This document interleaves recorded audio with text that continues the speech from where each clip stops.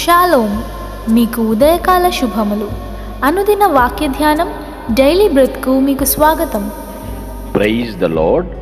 ఈ దినము కొరకు సిద్ధపరచబడిన దేవుని వాక్యము కీర్తనల గ్రంథం 59వ కీర్తన 16వ వచనం. నీవు నాకు ఎత్తైన కోటగా ఉన్నావు, ఆపద్దినమున నాకు ఆశ్రయముగా ఉన్నావు. నీ బలమును గూర్చి నేను కీర్తించెదను, ఉదయమున నీ కృపను గూర్చి ఉత్సాహగానము చేసేదను. ప్రభునందు ప్రియులరా, ముందుగా మీకు హృదయపూర్వక వందనములు తెలియచేస్తూ ఉన్నాను. కీర్తనాకారుడు దేవుని గురించి చాలా గొప్పగా మాట్లాడుతున్నాడు. మాట్లాడాలి కదా అని మీరు అనొచ్చేమో.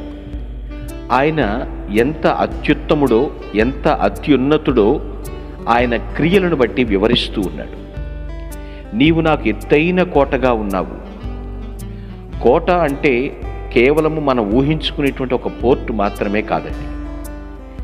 నన్ను నీవు కవర్ చేస్తున్నావు ప్రభువా, నా చుట్టూ నీవున్నావు, నీవు నన్ను ఆవరించి ఉన్నావు, నాకేమీ దిగులు లేదు అని దేవుణ్ణి స్తుతించటం చూస్తున్నాం.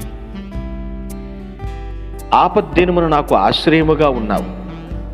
ఆపదలు అనేకములు, ఎన్ని రీతులుగా వచ్చినప్పటికీ నీవే నా ఆశ్రయం అని చెప్తుంది.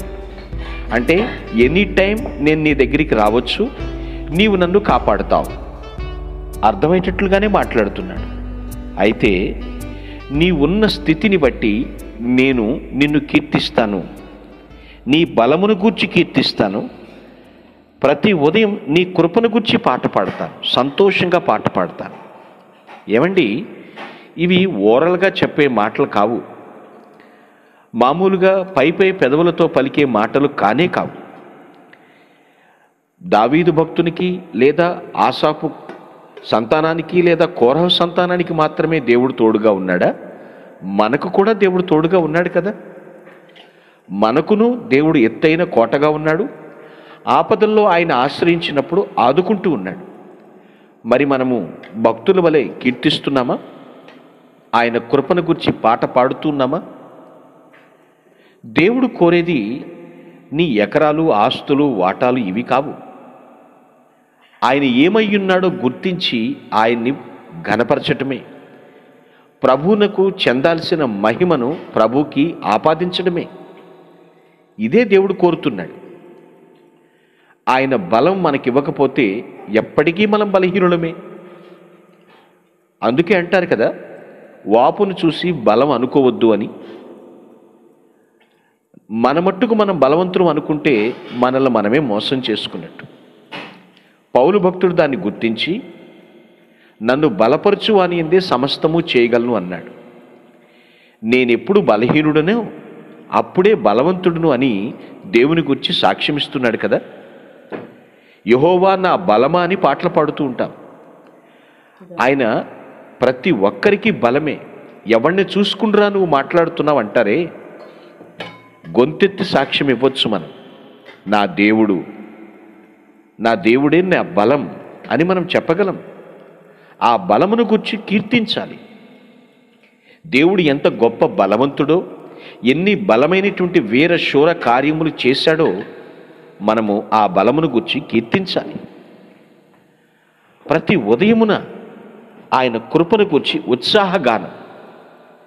ఉదయం లేవటంతోనే ప్రభువా నీ కృపను బట్టే నాకు ఈరోజు ఈ దినం నేను చూడగలుగుతున్నాను, కేవలం నీ కృపను బట్టే అని ఆయన కృపను గురించి ఉత్సాహంగా, సంతోషంగా పాట పాడాలి.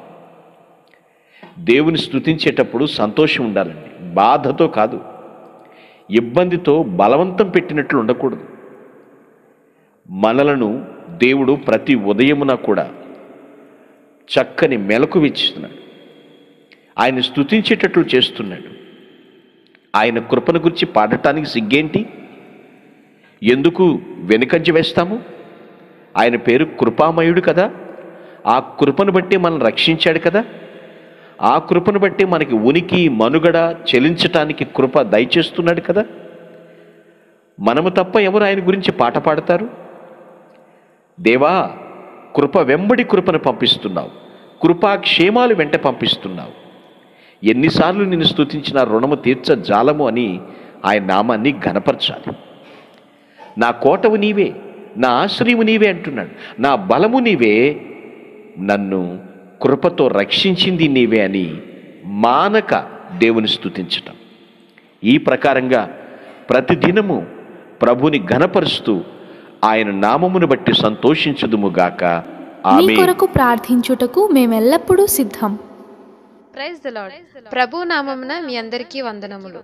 ఈ మా సందేశముల ద్వారా మీరు ఆశీర్వదింపబడినట్లయితే మీ తోటి వారికి షేర్ చేసి దేవుని రాజ్య సువార్తలో మీరు కూడా పాలుభాగస్తులు కావాలని ఆశిస్తున్నాం.